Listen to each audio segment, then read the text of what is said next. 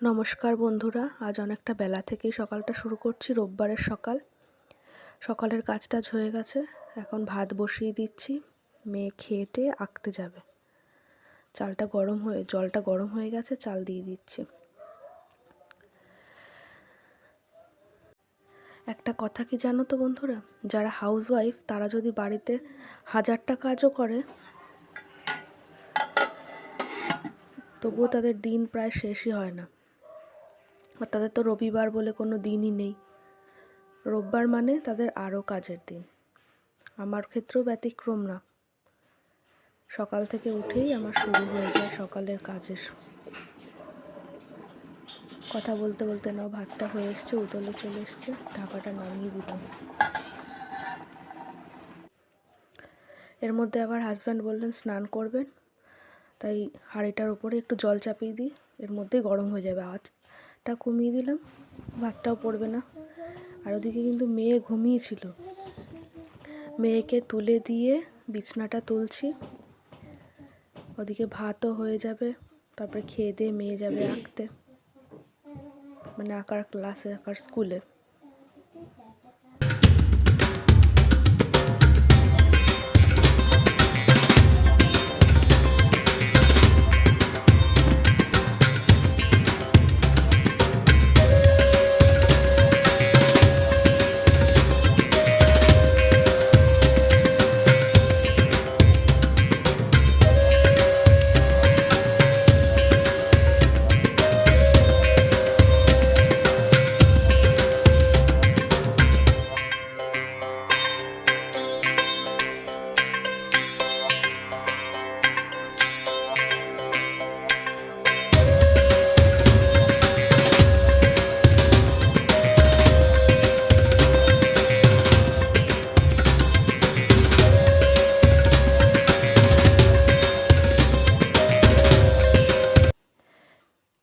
ব্যাস, এর মধ্যে মেয়ে উঠে ব্রাশ ট্রাশ করে এসছে, মুখে ক্রিম মাখছিল।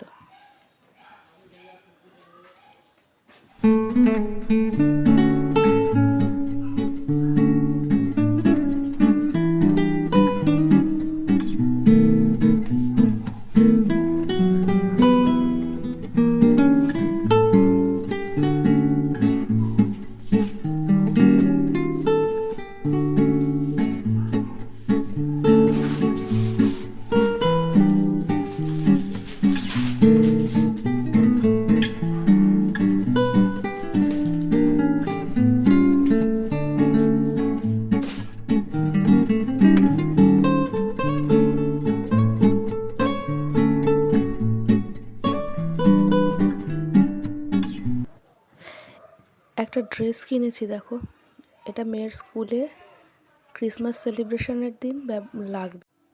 সকালে চা খাওয়ার পর যে বাসনগুলো হয়েছিল সেগুলো ঝটপট করে ধুয়ে নিই, তারপরে মেয়েকে খেতে দেবো।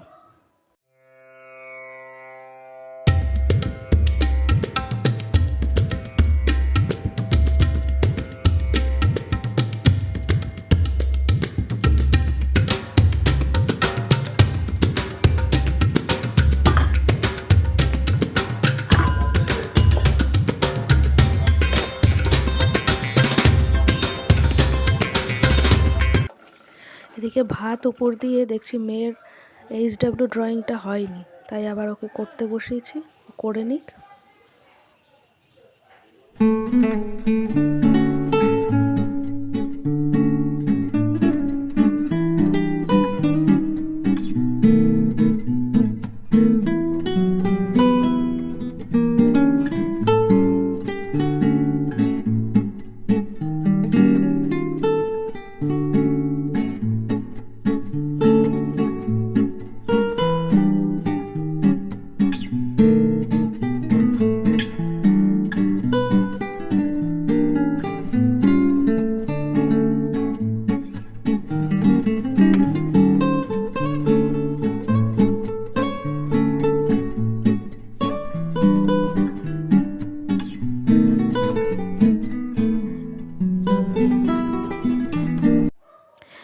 মাম্মা এই যে খাবার দিচ্ছি, খেয়ে দিয়ে রেডি হয়ে গেছে, এক্ষুনি বেরোবে আঁকার স্কুলে, ওর পাপা নিয়ে যাবে।